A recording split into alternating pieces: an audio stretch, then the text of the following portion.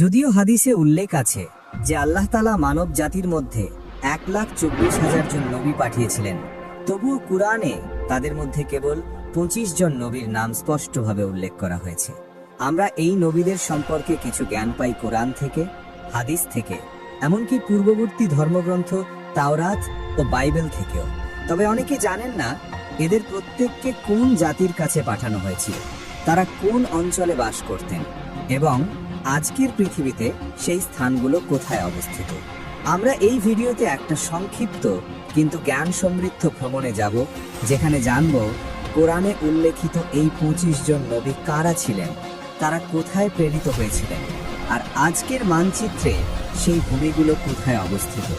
তারা আমাদের মতোই মানুষ ছিলেন, তাদের পরিবার ছিল, তাদের ইচ্ছা অনুভূতি ছিল, কিন্তু তারা তাদের জীবন উৎসর্গ করেছিলেন আল্লাহর বার্তা প্রচারের মিশনে। আল্লাহ তাদের সকলের প্রতি শান্তি বর্ষণ করুন। শুরু করার আগে অনুগ্রহ করে আমাদের চ্যানেলটি সাবস্ক্রাইব করুন এবং ভিডিওটি লাইক করুন, যেন আরও মানুষ এই জ্ঞান থেকে উপকৃত হতে পারেন। আদম আলাইহিস সালাম।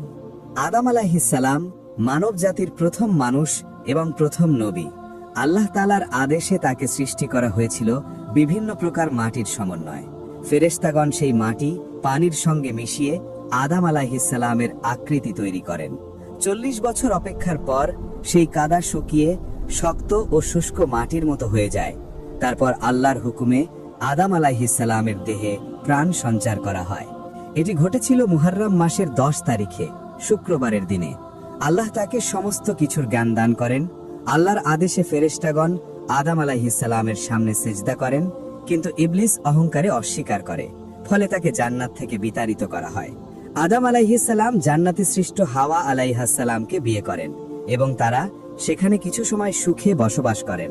কিন্তু তারা যখন নিষিদ্ধ বৃক্ষের ফল ভক্ষণ করেন, তখন তাদের জান্নাত থেকে পৃথিবীতে অবতরণ করা হয়। আদম আলাইহিস সালাম নিজের ভুল বুঝতে পারেন এবং আন্তরিকভাবে তাওবা করেন, আর আল্লাহ তার তাওবা কবুল করেন। আল্লাহ আদম আলাইহিস সালামকে পৃথিবীতে তার প্রতিনিধি খলিফা হিসেবে নিযুক্ত করেন। অনেক বছর হাওয়া আলাইহাস সালাম থেকে বিচ্ছিন্ন থাকার পর তারা আবার আরাফাতে মিলিত হন এবং সেখানে কাবা নির্মাণ করেন। আদম আলাইহিস সালাম নবী হিসেবে মনোনীত হন এবং তাকে আল্লাহ একটি ছোট কিতাব দান করেন, যাতে 10টি পৃষ্ঠা ছিল। তিনি মানুষকে ঈমান, ইবাদত ও জ্ঞানের শিক্ষা দিতেন। তাদের সন্তানরা নগর ও সমাজে বসবাস শুরু করে, নানা কারিগরি ও পেশায় দক্ষ হয়ে ওঠে। কিন্তু এক মর্মান্তিক ঘটনা ঘটে তার 2 পুত্র হাবিল ও কাবিলের মধ্যে।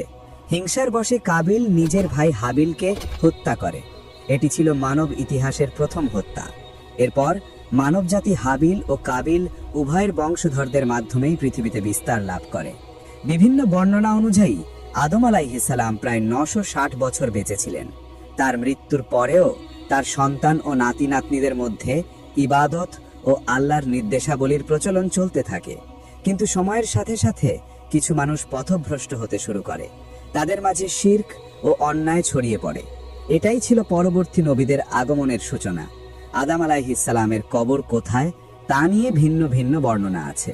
কেউ বলেন বাইতুল মুকাদ্দাসে, কেউ বলেন মিনায়, আবার কেউ বলেন আরাফাতে। হাদিসে উল্লেখ আছে তার উচ্চতা ছিল 30 থেকে 40 মিটার পর্যন্ত। ইদ্রিস আলাইহিস সালাম। এরপর আসেন নবী ইদ্রিস আলাইহিস সালাম, যিনি কুরআনে উল্লিখিত নবীদের অন্যতম। বিভিন্ন বর্ণনা অনুযায়ী তার অনেক বিশেষ গুণ ছিল। তিনি ছিলেন আদম আলাইহিস সালামের 5ম প্রজন্মের বংশধর। আল্লাহ তাকে 30টি ছোট ছোট সহিফা দান করেন এবং তাকে বহু বিদ্যা শেখান। ইদ্রিস আলাইহিস সালামের আগ পর্যন্ত মানুষ পশুর চামড়া বা পাতা দিয়ে পোশাক বানাতো, কিন্তু তিনি মানুষকে সেলাই করা পোশাক পরার শিক্ষা দেন এবং শহর নির্মাণের কৌশল শেখান। তিনি 72টি ভাষা জানতেন এবং প্রতিটি জাতিকে তাদের নিজস্ব ভাষায় সত্য ধর্মের দাওয়াত দিতেন। তিনি ছিলেন প্রথম ব্যক্তি যিনি কলম দিয়ে লিখতে শুরু করেন, জ্ঞান শিক্ষা দেন এবং জ্যোতির্বিজ্ঞান নিয়ে গবেষণা করেন। তারকাদের গতিবিধি ও আকাশের রহস্য নিয়ে গবেষণার কারণে তাকে বলা হয় জ্ঞান ও শিল্পের নবী। তিনি বাবিল থেকে মিশরে হিজরত করেন এবং বহু বছর সেখানে অবস্থান করে মানুষকে আল্লাহর দাওয়াত দেন। কুরআনের সূরা মারিয়াম 56-57 আয়াতে বলা হয়েছে, আমরা তাকে উচ্চ মর্যাদার স্থানে উত্তীর্ণ করেছি। বেশিরভাগ ইসলামী আলেমের মতে ইদ্রিস আলাইহিসসালামকে আল্লাহ আকাশে উঠিয়ে নিয়ে গিয়েছিলেন মৃত্যুর স্বাদ গ্রহণ না করেই। কিছু বর্ণনায় বলা হয় তিনি আসমানের চতুর্থ স্তরে অবস্থান করছেন। এরপর আসেন নবী নূহ আলাইহিসসালাম। নবী নূহ আলাইহিসসালামকে পাঠানো হয়েছিল নবী ইদ্রিস আলাইহিসসালামের পরে।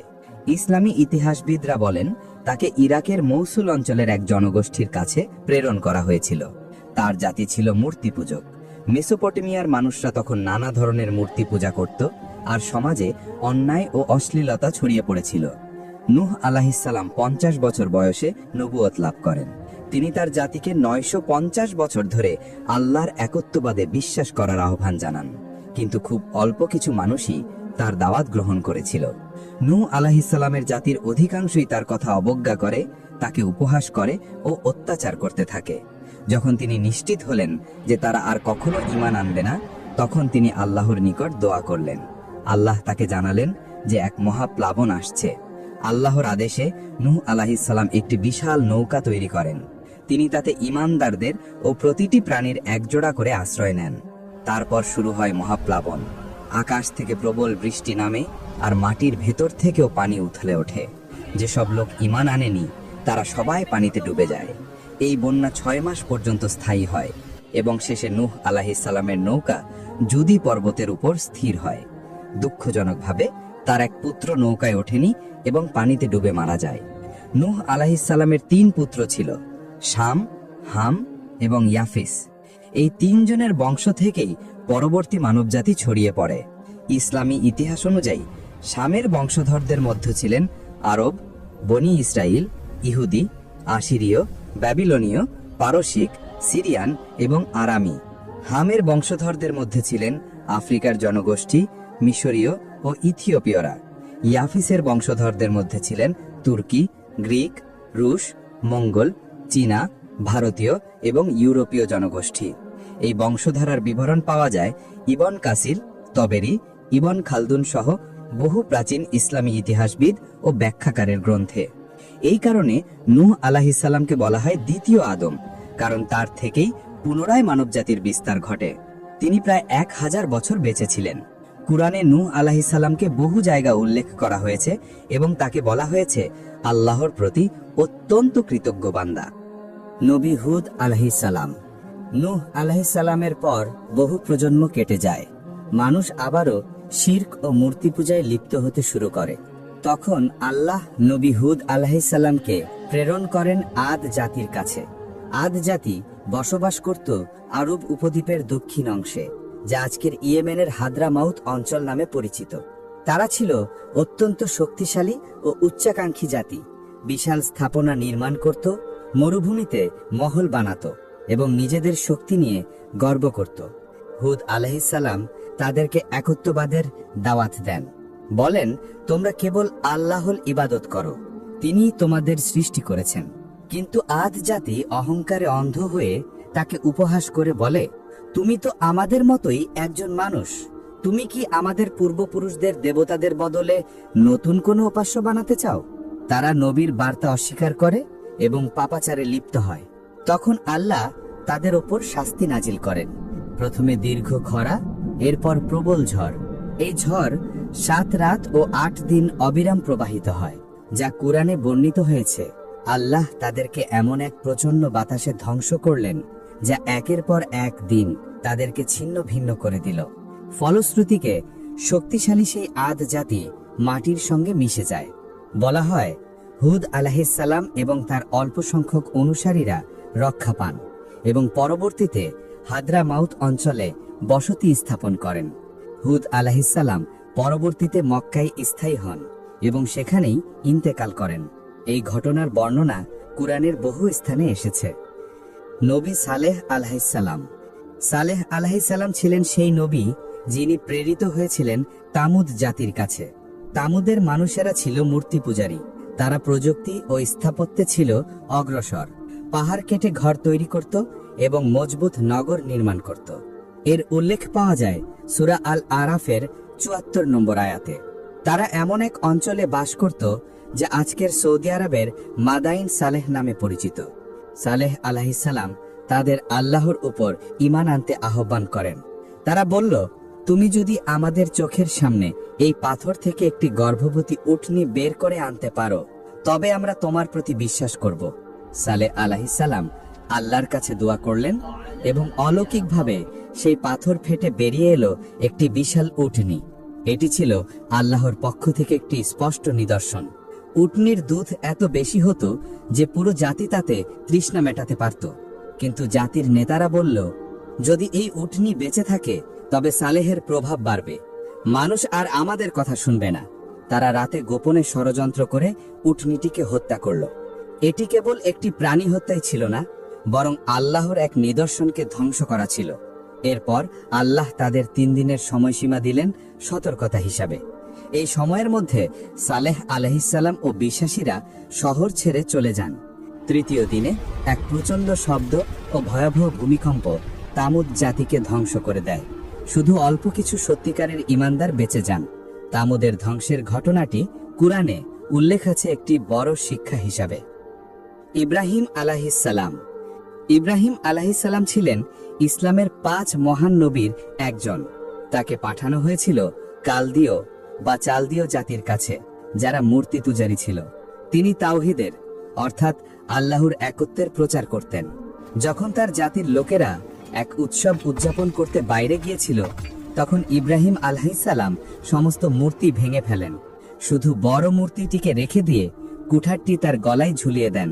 যখন লোকেরা ফিরে আসে, তারা জিজ্ঞেস করে, কে এসব করেছে? ইব্রাহিম আলাইহিস সালাম বলেন, হয়তো এই বড় মূর্তিই করেছে। যদি সে কথা বলতে পারে তবে তাকে জিজ্ঞেস করো। তার জ্ঞানপূর্ণ উত্তরে তারা চুপ করে যায়।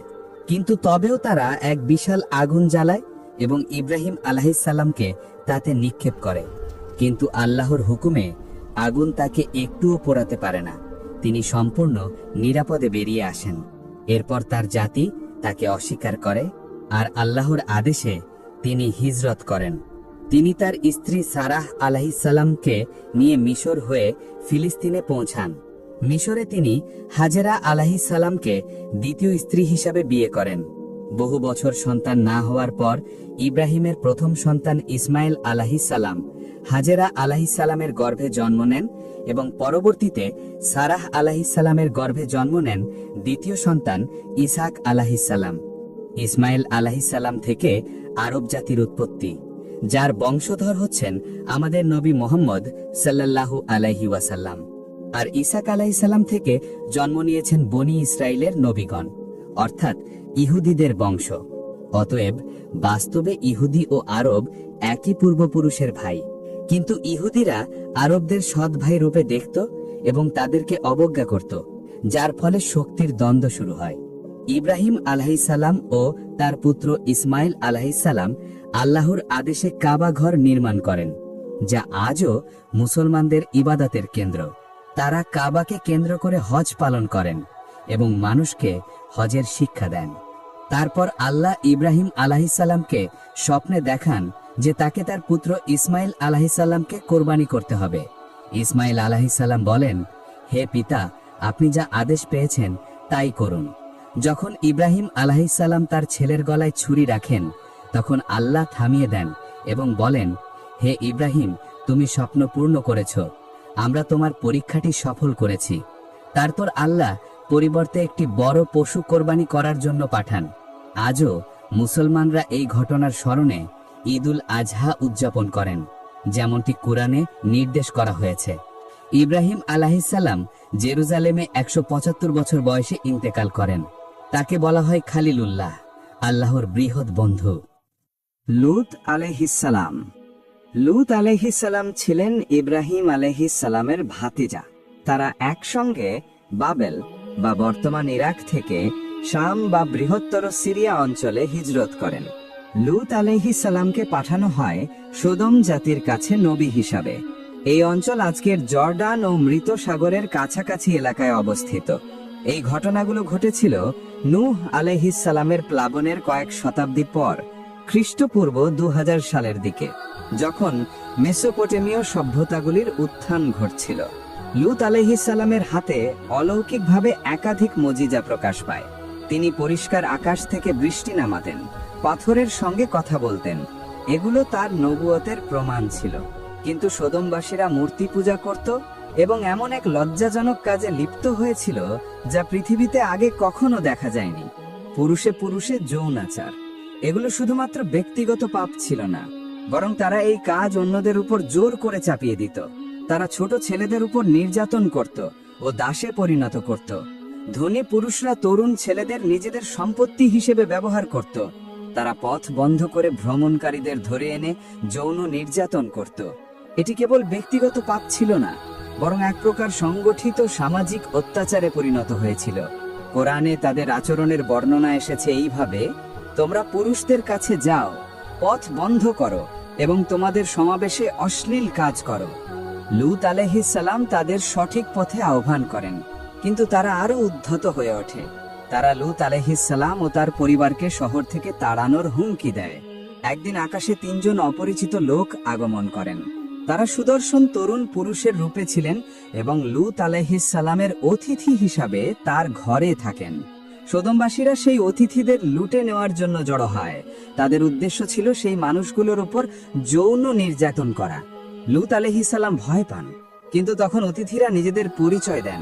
তারা ছিলেন ফেরেশতা। তারা লূত আলাইহিস সালামকে বলেন রাতের বেলায় ঈমানদারদের নিয়ে শহর ছেড়ে চলে যেতে।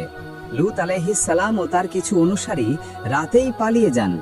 সকালে শহরটি উল্টে ফেলা হয়, আকাশ থেকে পাথরের বৃষ্টি নামে, আর সেই পাপাচারী জাতি সম্পূর্ণরূপে ধ্বংস হয়।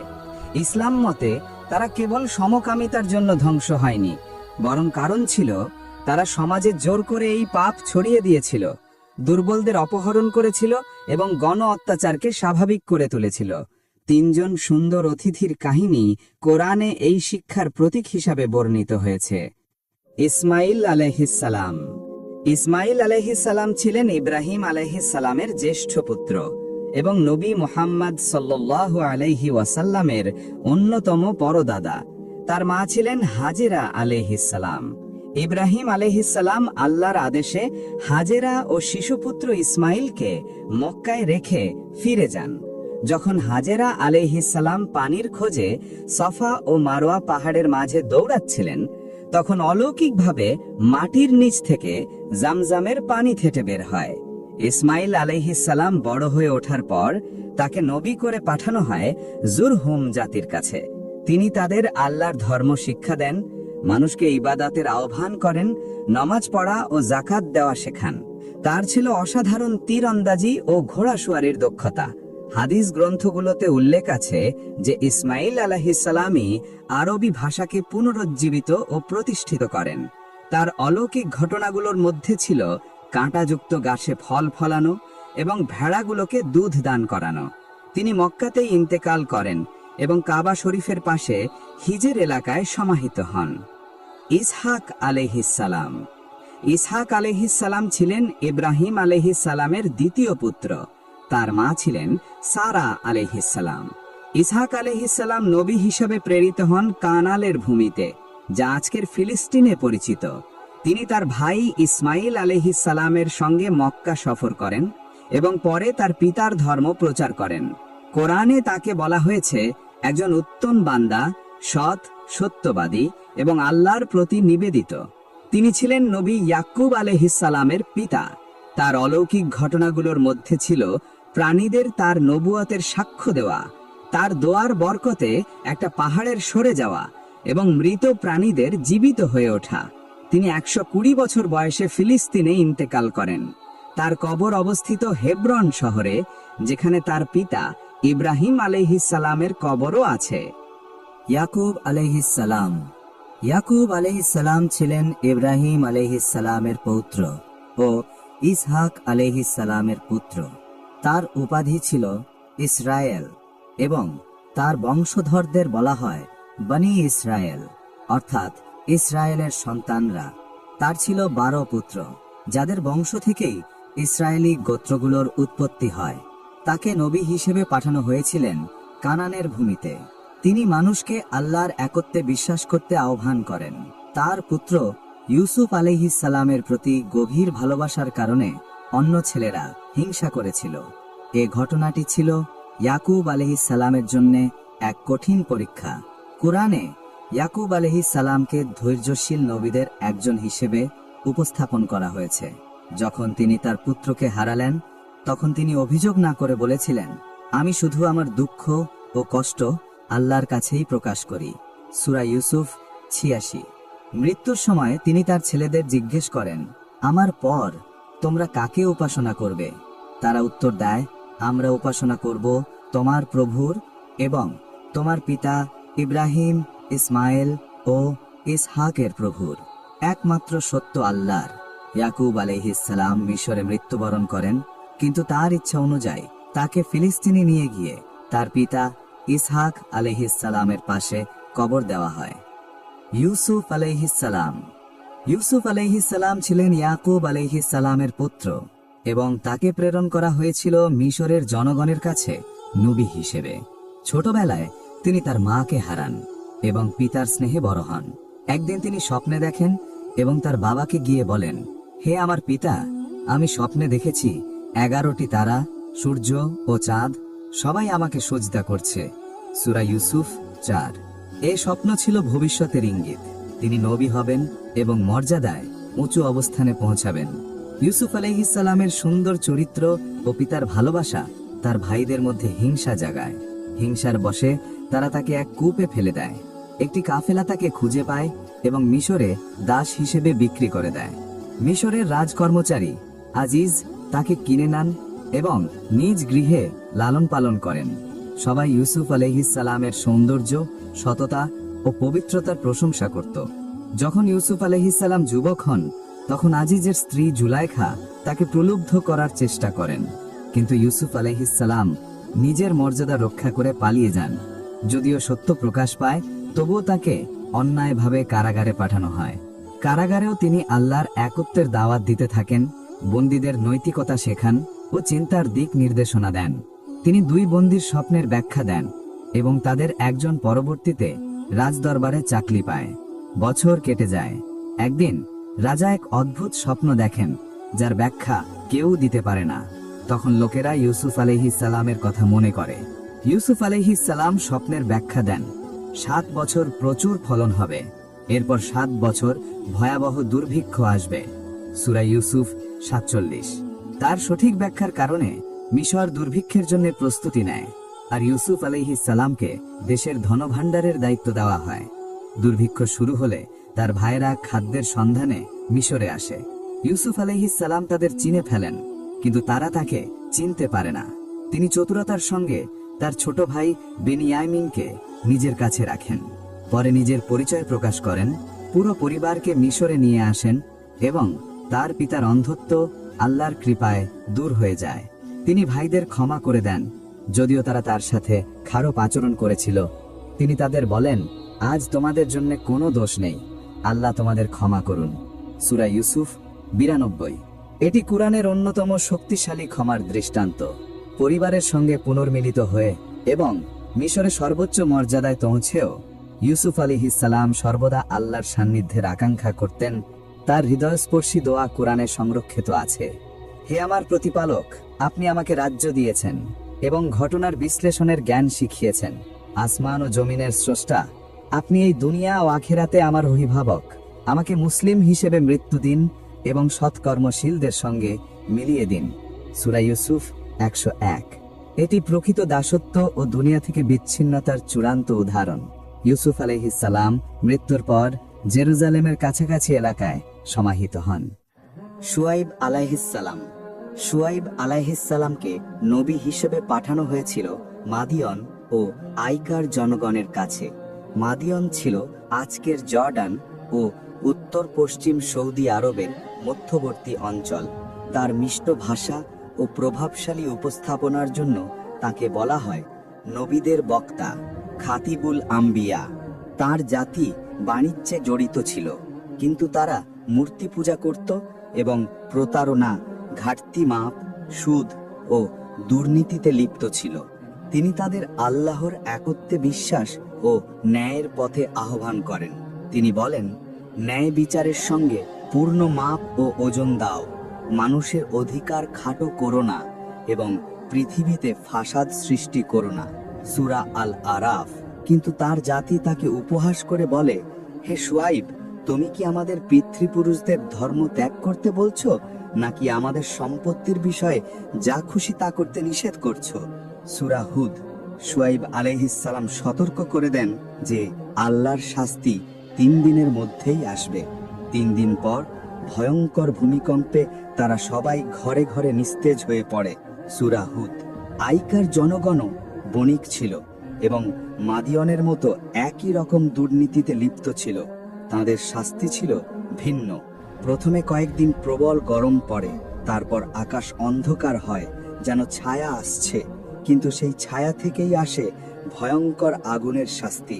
আকাশ থেকে আগুন নেমে এসে তাদের সবাইকে ধ্বংস করে দেয়। পরে শুআইব আলাইহিস সালাম ঈমানদারদের সঙ্গে মাদিয়ানে ফিরে আসেন। তার সাক্ষাৎ হয় নবী মূসা আলাইহিস সালামের সঙ্গে, যিনি পরবর্তীতে তার এক কন্যাকে বিয়ে করেন। বর্ণনা অনুযায়ী শুআইব আলাইহিস সালাম 242 বছর জীবিত ছিলেন। আজও জর্ডানের ওয়াদি শুআইব এলাকায় তার মাজার রয়েছে। আইয়ুব আলাইহিস সালাম। আইয়ুব আলাইহিস সালামকে নবী হিসেবে পাঠানো হয়েছিল বনি ইসরায়েলের কাছে। তিনি ছিলেন ধনী, দানশীল, ধার্মিক ও আল্লাহর প্রতি কৃতজ্ঞ। আল্লাহ তাকে দয়া ও কঠিন পরীক্ষায় উভয়েই পরীক্ষা করেন। প্রথমে তার সম্পদ হারান, এরপর সন্তানরা মারা যায়, শেষে তার শরীরে ভয়ঙ্কর রোগ হয়, সারা দেহ ঘায়ে ভরে যায়। শুধু তার স্ত্রী ধৈর্য ধরে তার সেবা করতে থাকেন। শয়তান যত ফিসফিসি করুক, তিনি আল্লাহর উপর পূর্ণ ভরসা রাখেন। কখনো অভিযোগ করেননি, শুধু আল্লাহর কাছেই কষ্ট প্রকাশ করেছেন। যখন আল্লাহ তার ধৈর্য দেখলেন, তার দোয়া কবুল করলেন। 7 বছর অসুস্থ থাকার পর আল্লাহ তাকে বললেন, তোমার পা দিয়ে মাটি আঘাত করো। সেখান থেকে ঝর্ণা ফেটে বেরোয়। তিনি তা পান করেন ও গোসল করেন আর সম্পূর্ণ সুস্থতা লাভ করেন। আল্লাহ তাকে তার সম্পদ ও সন্তান ফিরিয়ে দেন। বিশ্বাসযোগ্য বর্ণনা অনুযায়ী আইয়ুব আলাইহিস সালাম বর্তমান তুরস্কের শানলো উরফা অঞ্চলে বাস করতেন। কুরআনে তার ধৈর্যের প্রশংসা করা হয়েছে। পরীক্ষা শেষে তিনি আরো বহু বছর সুস্থভাবে বেঁচেছিলেন। তার কাহিনী আমাদের শেখায়, সবচেয়ে কঠিন সময়েও আল্লাহর প্রতি আশা ও ইবাদত কখনো ত্যাগ করা যাবে না। জুলকিফুল আলাইহিস সালাম। জুলকিফুল আলাইহিস সালাম ছিলেন বনি ইসরায়েল বা ইসরায়েলের সন্তানদের কাছে প্রেরিত নবীদের একজন। তিনি ছিলেন নবী ইলিয়াস আলাইহিস সালামের চাচাতো ভাই।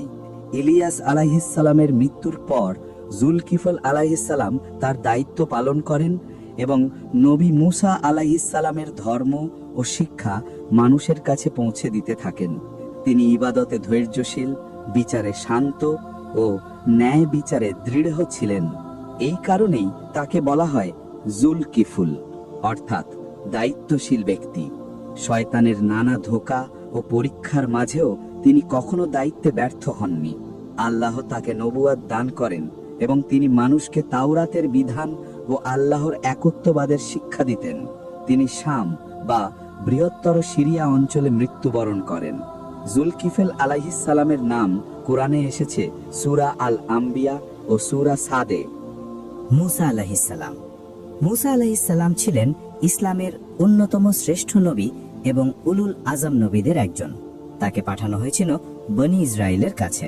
তিনি জন্মগ্রহণ করেন এমন এক সময়ে যখন বনি ইসরায়েল মিশরে ফেরাউনের দাসত্বে ছিল।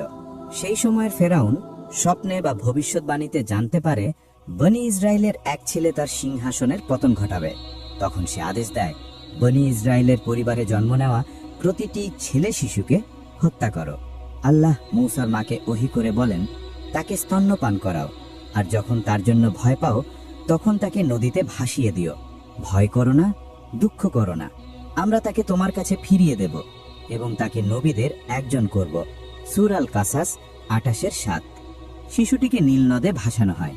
ফেরাউনের স্ত্রী আসিয়া আলাইহিস সালাম শিশুটিকে পান এবং প্রাসাদে নিয়ে আসেন। পরে আল্লাহর প্রতিশ্রুতি অনুযায়ী মূসার প্রকৃত মাই প্রাসাদে তার দুধমা হিসেবে নিযুক্ত হন। মূসা আলাইহিস সালাম ফেরাউনের প্রাসাদেই বড় হতে থাকেন। একদিন এক মিশরীয় লোকের সঙ্গে ঝগড়ার সময় মূসা আলাইহিস সালামের ঘুষিতে লোকটি মারা যায়। এরপর তিনি দেশ ছেড়ে মাদিয়ানে পালিয়ে যান। সেখানে তিনি নবী শুয়াইব আলাইহিসসালামের কন্যাকে বিয়ে করেন। আল্লাহ তাকে তুর পাহাড়ে নবুয়ত প্রদান করেন। তাকে আদেশ দেওয়া হয় ফেরাউনের কাছে গিয়ে বনি ইসরায়েলকে মুক্ত করার দাবি জানাতে এবং ফেরাউনকে আল্লাহর একত্বে বিশ্বাস করতে আহ্বান জানাতে। আল্লাহ তাকে অলৌকিক নিদর্শন দেন। তার লাঠি সাপ হয়ে যেত এবং বুকে হাত রাখলে তা উজ্জ্বল আলো ছড়াতো। এই নিদর্শনগুলো নিয়ে মুসা আলাইহিসসালাম ফেরাউনের কাছে যান, কিন্তু ফেরাউন তার বার্তা অস্বীকার করে নিজেকে প্রভু বলে ঘোষণা দেয়। সে মুসাকে জাদুকর বলে অভিযুক্ত করে এবং দেশ জুড়ে সমস্ত জাদুকরদের একত্র করে মুসার বিরুদ্ধে প্রতিযোগিতা আয়োজন করে। মুসা তার লাঠি নিক্ষেপ করলে তা এক বিশাল সাপের রূপ নেয় এবং জাদুকরদের সব ভেলকি গিলে ফেলে। জাদুকররা বিস্মিত হয়ে সাথে সাথে ঈমান আনয়ন করেন, কিন্তু ফেরাউন তাদের সবাইকে হত্যা করে ফেলে। এরপর আল্লাহ মুসাকে নির্দেশ দেন, বনি ইসরায়েলকে নিয়ে মিশর থেকে বেরিয়ে যাও। ফেরাউন বিশাল সৈন্যবাহিনী নিয়ে তাদের পিছু নেয়। যখন তারা সাগরের তীরে এসে পড়ে, মুসা আলাইহিসসালাম বলেন, আমার প্রভু আমার সঙ্গে আছেন, তিনি আমাকে পথ দেখাবেন। সূরা আশ-শুরার ৬২। আল্লাহ তাকে আদেশ করেন, লাঠি দিয়ে সাগরে আঘাত করো। সাগর দ্বিখণ্ডিত হয়ে যায়। বনি ইসরায়েল নিরাপদে পার হয়। ফেরাউনও তার বাহিনী পিছু নিয়ে সাগরে প্রবেশ করলে সাগর আবার বন্ধ হয়ে যায় এবং তারা ডুবে যায়। আল্লাহ বলেন, আজ আমরা তোমার দেহ সংরক্ষণ করব যাতে তুমি পরবর্তীদের জন্য নিদর্শন হও। সূরা ইউনূসের ৯২। পরে মুসা আলাইহিসসালাম আবার তুর পাহাড়ে আহ্বান পান এবং সেখানে তিনি ওহী লাভ করেন। আল্লাহ তাকে তাওরাত দান করেন। কিন্তু মুসা আলাইহিসসালাম পাহাড়ে অবস্থানকালে তার অনুপস্থিতিতে সামেরী নামের এক ব্যক্তি মানুষদের অলংকার গলিয়ে একটি সোনার বাছুর তৈরি করে এবং তাতে মূর্তি পূজা শুরু হয়। মুসা আলাইহিসসালাম ফিরে এসে এই দৃশ্য দেখে প্রচণ্ড ক্রুদ্ধ হন। তিনি আল্লাহর কাছে দোয়া করেন। পরবর্তীতে সামেরীকে কঠিন শাস্তি দেওয়া হয় আর জনগণ তওবা করে। তার পুরো জীবন জুড়ে মুসা আলাইহিসসালাম বনি ইসরায়েলকে আল্লাহর বিধান শিক্ষা দিতেন। তাদের অভিযোগ এবং অকৃতজ্ঞতার মাঝেও তিনি ধৈর্য ধরতেন। তিনি পবিত্র ভূমিতে প্রবেশের আশা করেছিলেন, কিন্তু আল্লাহ তাকে অনুমতি দেননি। আল্লাহ বলেন, তোমরা ৪০ বছর এ ভূমিতে নিষিদ্ধ থাকবে। সূরা আল মাইদার ২৬। মুসা আলাইহিসসালাম মরুভূমিতে মৃত্যুবরণ করেন। কোরআনে তার কবরস্থান উল্লেখ নেই। হাদিসে বলা হয়েছে তার দেহ বাইতুল মকদিস বা জেরুজালেমের কাছাকাছি স্থানে স্থানান্তরিত করা হয়। হারুন আলাইহিসসালাম। হারুন আলাইহিসসালাম ছিলেন বনি ইসরায়েলের নবী এবং মুসা আলাইহিসসালামের ভাই। তিনি কোমল হৃদয়ের অধিকারী ছিলেন, বক্তৃতায় দক্ষ এবং বিষয়গুলো ব্যাখ্যা করতেন মুসা আলাইহিসসালামের চেয়েও সাবলীলভাবে। তিনি মিশরে জন্মগ্রহণ করেন এবং ফেরাউনের শাসনাধীনে বড় হন। যখন মুসা আলাইহিসসালাম নবুয়ত লাভ করেন, হারুন আলাইহিসসালামকেও নবী হিসেবে মনোনীত করা হয়। তারা একসঙ্গে ফেরাউনের কাছে গিয়ে সত্য ধর্মের প্রচার করেন। যখন তারা লাল সাগর অতিক্রম করেন, মুসা আলাইহিসসালাম তুর পাহাড়ে যান। সেই সময় হারুন আলাইহিসসালাম জনগণের দায়িত্ব পালন করেন। কিন্তু সামেরী মানুষদের বিপথে নিয়ে গিয়ে সোনার বাছুরের পূজা শুরু করায় হারুন আলাইহিসসালাম যতই সতর্ক করেন, তাদের সম্পূর্ণভাবে থামাতে পারেননি। হারুন আলাইহিসসালাম দীর্ঘ সময় মরুভূমিতে তার জাতির সঙ্গে অবস্থান করেন এবং মুসা আলাইহিসসালামের আগেই মৃত্যুবরণ করেন। বলা হয় তার কবর জাবাল হারুন নামক পাহাড়ে অবস্থিত। দাউদ আলাইহিসসালাম। দাউদ আলাইহিসসালাম ছিলেন বনি ইসরায়েলের নবী ও রাজা। তিনি ইয়াকুব আলাইহিসসালামের বংশধর এবং সুলাইমান আলাইহিসসালামের পিতা। তিনি জেরুজালেমে জন্মগ্রহণ, জীবনযাপন ও মৃত্যুবরণ করেন। আল্লাহ তাকে জবুর গ্রন্থ দান করেন এবং তাকে দেন এক অসাধারণ শক্তিশালী ও সুন্দর কণ্ঠস্বর। তিনি তালুতের সৈন্যদলে যুদ্ধ করে জালুত বা গোলায়াতকে হত্যা করেন, যার ফলে তিনি রাজা হন। তিনি ন্যায় বিচারের সঙ্গে শাসন করেন, জেরুজালেমকে রাজধানী করেন ও বহু ভূখণ্ড জয় করেন। তার অন্যতম অলৌকিক ক্ষমতা ছিল আগুন ছাড়াই লোহা নরম করা। তিনি দিনে রোজা রাখতেন, রাতে ইবাদত করতেন। তার নাম কুরআনের বহু স্থানে উল্লেখ আছে। সুলাইমান আলাইহিসসালাম। সুলাইমান আলাইহিসসালামকে আল্লাহ দান করেছিলেন মহান জ্ঞান, অনন্য শক্তি ও সুবিশাল রাজত্ব। কোরআনে তাকে ন্যায়পরায়ণ শাসক ও এমন নবী হিসেবে বর্ণনা করা হয়েছে যিনি বাতাসকে নিয়ন্ত্রণ করতেন, প্রাণী ও জিনদের ভাষা বুঝতেন। তিনি জেরুজালেমের কাছেই জন্মগ্রহণ করেন। বাতাস ও প্রাণীরা তার আদেশ মেনে চলত। তিনি প্রজ্ঞার সঙ্গে শাসন করতেন, মসজিদুল আকসা সম্পূর্ণ করেন ও জ্ঞান ও শিল্পকে উৎসাহ দিতেন। জিনরা তার জন্য কাজ করত, রাজপ্রাসাদ, দুর্গ ও মূর্তি নির্মাণে, সমুদ্রের গভীরে ডুব দিয়ে মুক্তা আহরণে এবং রাজ্যের নানা সেবায়। হুদহুদ পাখি তাকে জানায় যে সাবা রাজ্যের মানুষ, যাদের মধ্যে ছিলেন রানী বিলকিস, তারা সূর্য পূজা করছে। সুলাইমান আলাইহিসসালাম তাকে ইসলামে দাওয়াত দেন। যখন বিলকিস তার প্রাসাদে আসেন, সুলাইমান আলাইহিসসালাম তার সিংহাসন মুহূর্তেই নিয়ে আসেন। এ দৃশ্য দেখে বিলকিস বলেন, হে আমার প্রভু, আমি নিজের প্রতি অন্যায় করেছি। এখন আমি সুলাইমানের সঙ্গে আল্লাহর কাছে আত্মসমর্পণ করছি, যিনি সকল জগতের প্রতিপালক। সূরা আন-নামল ৪৪। সুলাইমান আলাইহিসসালাম বাতাসে সফর করতেন, প্রাণীর ভাষা বুঝতেন এবং তার সেনাবাহিনীতে মানুষ, পশু ও জিন সবাই অন্তর্ভুক্ত ছিল। জীবনের শেষ সময়ে তিনি লাঠিতে ভর দিয়ে দাঁড়িয়ে থাকা অবস্থায় মৃত্যুবরণ করেন। কেউ বুঝতেও পারেনি যতক্ষণ না তার লাঠি পচে ভেঙে পড়ে, তখন তার দেহ নিচে পড়ে যায়। এভাবে জিনরা বুঝতে পারে যে তারা অদৃশ্য জগৎ সম্পর্কে কিছুই জানে না। বর্ণনা অনুযায়ী তিনি বাইতুল মাকদিস বা জেরুজালেমের কাছাকাছি এলাকায় মৃত্যুবরণ করেন এবং তার কবরও ওই এলাকাতেই অবস্থিত বলে ধারণা করা হয়। ইলিয়াস আলাইহিসসালাম। নবী ইলিয়াস আলাইহিসসালামকে বনি ইসরাইলের কাছে পাঠানো হয়েছিল বর্তমান লেবানন অঞ্চলে। কিছু বর্ণনা অনুযায়ী তিনি নবী হারুন আলাইহিসসালামের বংশধর ছিলেন। সে সময় বনি ইসরাইলের লোকেরা বাল নামে এক মিথ্যা দেবতার উপাসনা করছিল। ইলিয়াস আলাইহিসসালাম তাদের একমাত্র আল্লাহ ইবাদতে আহ্বান জানান, কিন্তু তারা তা প্রত্যাখ্যান করে। ফলস্বরূপ দেশে দুর্ভিক্ষ ও নানা বিপর্যয় দেখা দেয়। পরে যখন লোকেরা তওবা করে ও ঈমান আনে, ইলিয়াস আলাইহিসসালাম আল্লাহর কাছে দোয়া করেন, বৃষ্টি নামে, রহমত ফিরে আসে। কিন্তু কিছু সময় পর আবার মানুষ বিপথে যায়। তারা আবার শিরক, অনাচার ও বাল পূজায় লিপ্ত হয়। ইলিয়াস আলাইহিসসালাম তাদের পুনরায় সতর্ক করেন, কিন্তু এবার তাদের অস্বীকার আরো কঠোর হয়। এই সময়ের মধ্যে ইলিয়াস আলাইহিসসালাম এক অলৌকিকভাবে আল-ইয়াসা নামের এক অসুস্থ ছেলেকে সুস্থ করেন। আল-ইয়াসা আলাইহিসসালাম তার উপর ঈমান আনেন এবং পরে নিজেও নবী হন। যখন মানুষ আরো বিদ্রোহী হয়ে ওঠে, ইলিয়াস আলাইহিসসালামের জীবনের শেষ সময় ঘনিয়ে আসে। তার মৃত্যুর পর আল্লাহর আদেশে আল-ইয়াসা আলাইহিসসালামকে নবী হিসেবে মনোনীত করা হয়। আল-ইয়াসা আলাইহিসসালাম। কুরআনে তার নাম 2 বার উল্লিখিত হয়েছে। তাওরাতে তাকে বলা হয় এলিশা। তিনি ইলিয়াস আলাইহিসসালামের দাওয়াতের কাজ চালিয়ে যান, মানুষকে এক আল্লাহর ইবাদতে আহ্বান জানাতে থাকেন। কিন্তু কিছু সময় পর্যন্ত লোকেরা পথভ্রষ্টই থাকে। আল-ইয়াসা আলাইহিসসালাম ধৈর্য ও দৃঢ়তার সঙ্গে কাজ চালিয়ে যান। তিনি ন্যায়পরায়ণ নেতা ও শক্তিশালী নবী হিসেবে পরিচিত হন। একসময় তার জনগণ পুনরায় সত্যের পথে ফিরে আসে। আল্লাহ তাকে অলৌকিক ক্ষমতা দান করেন, রোগীদের সুস্থ করা এবং দুর্ভিক্ষের সময় দোয়ার মাধ্যমে খাদ্য ও পানি প্রচুর পরিমাণে পাওয়া। কিন্তু যখন বানি ইসরায়েল আবার অবাধ্য হয়, আল্লাহ আশিরীয়দের পাঠান তাদের শাস্তি দিতে।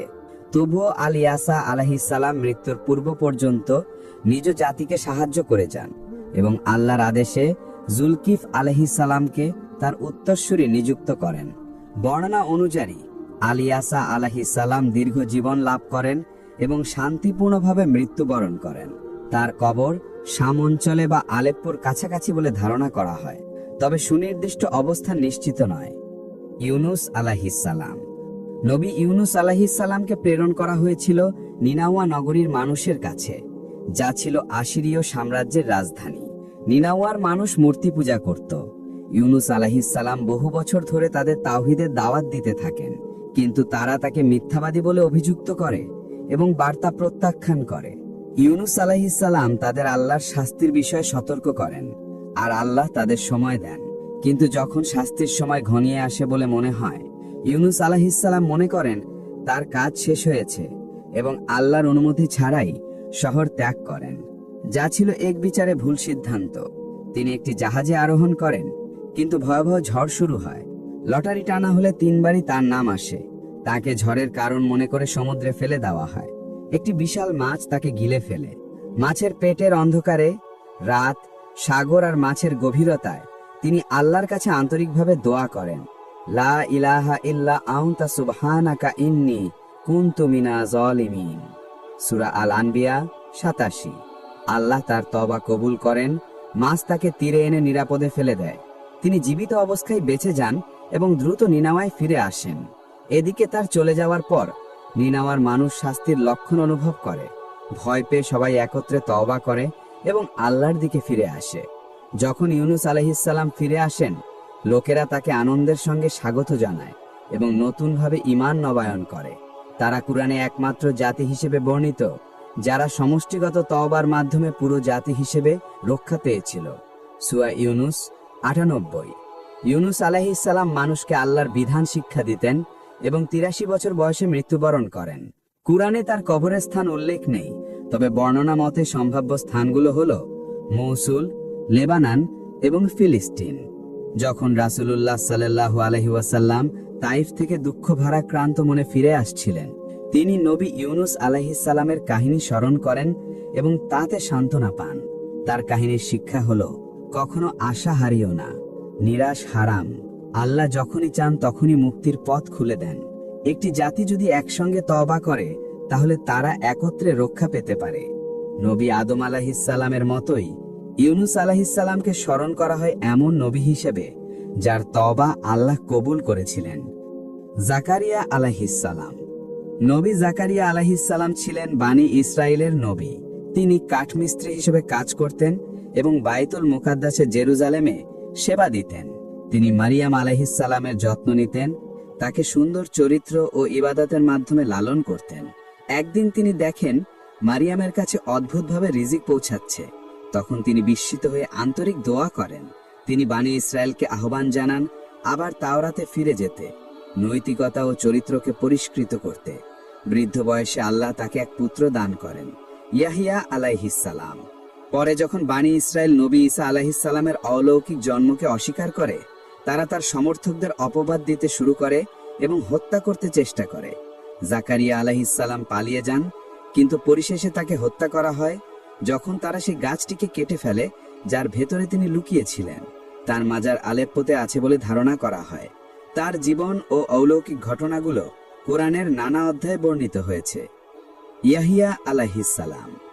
নবী ইয়াহিয়া আলাইহিসসালাম ছিলেন নবী জাকারিয়া আলাইহিসসালামের পুত্র এবং বানি ইসরায়েলের জন্য প্রেরিত নবী। তিনি ফিলিস্তিন, জেরুজালেম, দামেস্ক ও আশপাশের এলাকায় রোমান শাসনের সময় আল্লাহর বাণী প্রচার করতেন। তিনি জন্মেছিলেন বৃদ্ধ বয়সে জাকারিয়া আলাইহিসসালামের দোয়ার ফলস্বরূপ। ছোটবেলাতে ইয়াহিয়া আলাইহিসসালাম তাওরাত শেখেন এবং মানুষকে আল্লাহর দ্বীন শিক্ষা দিতে থাকেন। তিনি ছিলেন পবিত্র, সৎ এবং গভীরভাবে আল্লাহ ভীরু। যখন ঈসা আলাইহিসসালাম নবী হন, ইয়াহিয়া আলাইহিসসালামও মানুষকে ইনজিলের শিক্ষা অনুসরণ করতে আহ্বান জানান। এক রানীর অনুরোধে রাজা তাকে কারারুদ্ধ করেন, আর পরবর্তীতে রাজা হেরোদের অন্যায্য বিবাহের বিরোধিতার করায় তাকে শহীদ করা হয়। এই ঘটনার উল্লেখ ইহুদি ও ইসলামী উভয় ঐতিহ্যেই পাওয়া যায়। তিনি ৩৪ বছর বয়সে মৃত্যুবরণ করেন। তার অলৌকিক ঘটনাগুলোর মধ্যে ছিল একটি পাথর তার সঙ্গে কথা বলেছিল এবং দিনে নক্ষত্র দেখা গিয়েছিল। কোরআনে তিনি উল্লেখিত আছেন সূরা আলী ইমরান, সূরা মারিয়াম এবং সূরা আল আম্বিয়ায়। বিখ্যাত মতানুযায়ী তার কবর দামেস্কের উমাইয়া মসজিদের ভেতরে অবস্থিত।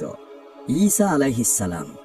নবী ঈসা আলাইহিসসালাম ছিলেন আল্লাহর প্রেরিত উলুল আজম নবীদের একজন।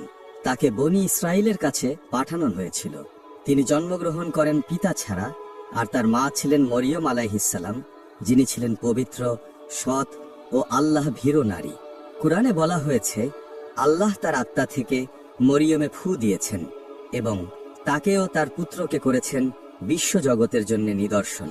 ফেরেশতা জিবরিল আলাইহিসসালাম মরিয়মের কাছে এসে একজন মানুষের রূপে তাকে এক সন্তানের শুভ সংবাদ দেন।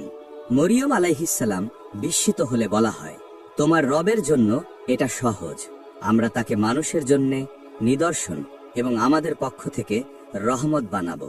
মরিয়ম আলাইহিসসালাম এক নির্জন স্থানে গিয়ে খরজুর গাছের নিচে ঈসা আলাইহিসসালামের জন্ম দেন। শিশুকালেই দোলনায় শুয়ে থাকা অবস্থায় ঈসা আলাইহিসসালাম তার মায়ের পক্ষ নিয়ে বলেন, আমি আল্লাহর বান্দা, তিনি আমাকে কিতাব দিয়েছেন এবং নবী বানিয়েছেন। আল্লাহ তাকে ইনজিল প্রদান করেন, যা তাওরাতকে সমর্থন করেছিল এবং মানুষের বিকৃত বিশ্বাস সংশোধনের জন্য নাজিল হয়েছিল। তার 12 জন নিকট সঙ্গী ছিল, হাওয়ারিউন, যারা তাকে নিবিড়ভাবে সহায়তা করতেন। তবুও অধিকাংশ বনি ইসরায়েল তাকে অস্বীকার করে। কিছু লোক এমনকি তাকে আল্লাহর পুত্র বলতো, যা ইসলাম অনুযায়ী শিরক। এই বিশ্বাস পরে রোমান পৌত্তলিক পুরোহিতদের প্রভাবে খ্রিস্ট ধর্মে প্রবেশ করে।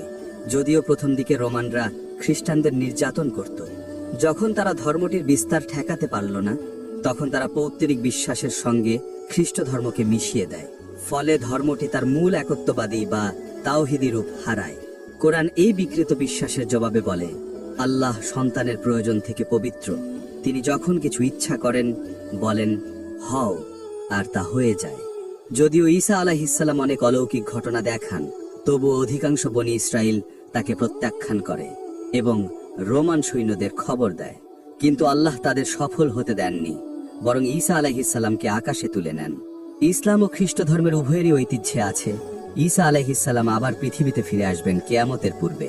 ঈসা আলাইহিসসালামের অলৌকিক ঘটনাগুলোর মধ্যে ছিল দোলনা থেকেই কথা বলা, রোগীদের সুস্থ করা এবং মৃতদের পুনরুজ্জীবিত করা, সবই আল্লাহর অনুমতিতে। খ্রিস্টানরা বিশ্বাস করে ঈসা আলাইহিসসালাম ক্রুশবিদ্ধ হয়েছিলেন, কিন্তু ইসলামে বলা হয়েছে তিনি না নিহত হয়েছেন না ক্রুশবিদ্ধ হয়েছেন। আল্লাহ তাকে আকাশে তুলে নিয়েছেন এবং একদিন তিনি ফিরে আসবেন দাজ্জালের বিরুদ্ধে যুদ্ধ করতে এবং মানুষকে একত্র করে ইসলামের পতাকার নিচে ঐক্যবদ্ধ করতে। তার এই প্রত্যাবর্তনের ফলে অনেক খ্রিস্টান ইসলাম গ্রহণ করবে।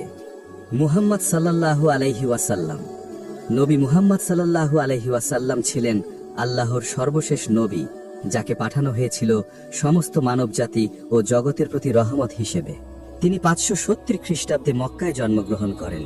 তার পিতা ছিলেন আব্দুল্লাহ, মাতা আমিনা রাদিয়াল্লাহ। তিনি কুরাইশ গোত্রের এক মহান পরিবারে জন্মগ্রহণ করেন, হাশিম বংশ, যাদের বংশধারা নবী ইসমাইল আলাইহিসসালামের দিকে পৌঁছে যায়।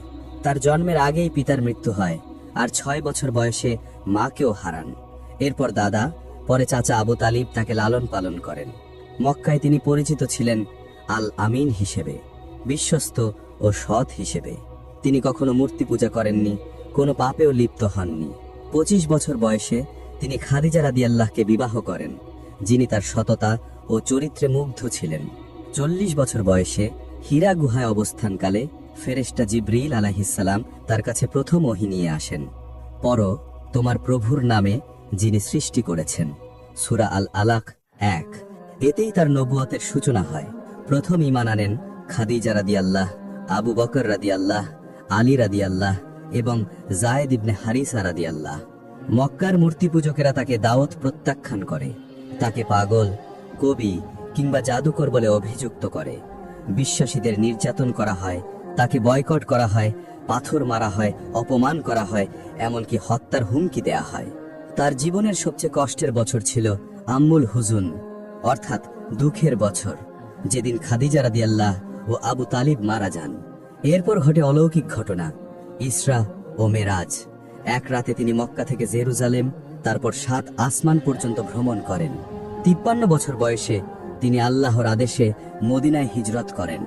এই হিজরতেই ইসলামী বর্ষপঞ্জির সূচনা, হিজরি সাল। মদিনায় তিনি প্রতিষ্ঠা করেন প্রথম ইসলামী রাষ্ট্র। ইহুদি গোত্রগুলির সঙ্গে চুক্তি করেন।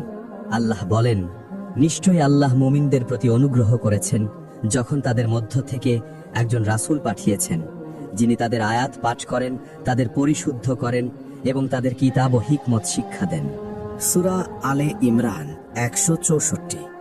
ইসলামের প্রধান ঐতিহাসিক ঘটনা, বদরের যুদ্ধ, 625 খ্রিস্টাব্দে উহুদের যুদ্ধ, 627 খ্রিস্টাব্দে খন্দকের যুদ্ধ, 628 খ্রিস্টাব্দে হুদাইবিয়ার চুক্তি, 628 খ্রিস্টাব্দে খাইবারের বিজয়, 630 খ্রিস্টাব্দে মক্কা বিজয়। 63 বছর বয়সে তার শেষ হজে তিনি প্রায় 1,40,000 সাহাবীর সামনে বিদায় হজের খুতবা প্রদান করেন। সেখানে তিনি গোত্রীয় প্রতিশোধের প্রথা বাতিল করেন, নারীর অধিকার ঘোষণা করেন এবং উম্মতকে নির্দেশ দেন কুরআন ও সুন্নাহ আঁকড়ে ধরতে। তখন আল্লাহ এই আয়াত নাজিল করেন, আজ আমি তোমাদের জন্য তোমাদের ধর্ম পূর্ণ করলাম। সূরা আল মাইদা 3। 632 খ্রিস্টাব্দে তিনি আয়েশা রাদিয়াল্লাহের ঘরে ইন্তেকাল করেন। তার মাথা ছিল তার স্ত্রীর কোলে। তার পবিত্র কবর অবস্থিত মসজিদে নববীতে, যা পরিচিত রাউজা মুবারক নামে।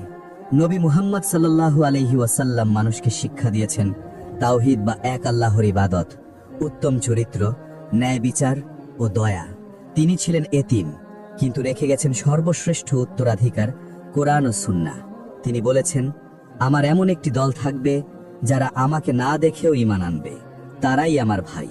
তার সর্বশ্রেষ্ঠ মুজিজা হলো কোরআন, আল্লাহর পক্ষ থেকে নাজিলকৃত এমন এক কিতাব যা অর্থ, প্রজ্ঞা ও ভাষা শৈলীতে অতুলনীয়।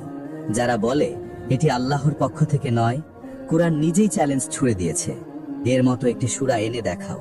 কিন্তু ইতিহাসে কেউ কখনো তা করতে পারেনি, একটি সূরাও নয়। এই চ্যালেঞ্জ আজও বহাল আছে। মুহাম্মদ সাল্লাল্লাহু আলাইহি ওয়াসাল্লাম ছিলেন উম্মি, তিনি পড়তে বা লিখতে পারতেন না। তবুও এমন একটি নিখুঁত, পরিপূর্ণ ও গভীর গ্রন্থ এনেছেন যা মানব জাতির জন্য চিরকালীন পথনির্দেশ। তার আনা বার্তা মানুষের হৃদয় বদলে দিয়েছে, সভ্যতাকে পাল্টে দিয়েছে, এবং আজও সেই ঐশী আলো একই উজ্জ্বলতায় বিকশিত হয়ে আছে। আমরা আমাদের ভিডিওর শেষে চলে এসেছি। আমাদের ভিডিওটি দেখার জন্য ধন্যবাদ। দয়া করে ভিডিওটি লাইক করুন, কমেন্ট করুন এবং আমাদের চ্যানেলটি সাবস্ক্রাইব করুন, যেন আরও মানুষ উপকৃত হতে পারে।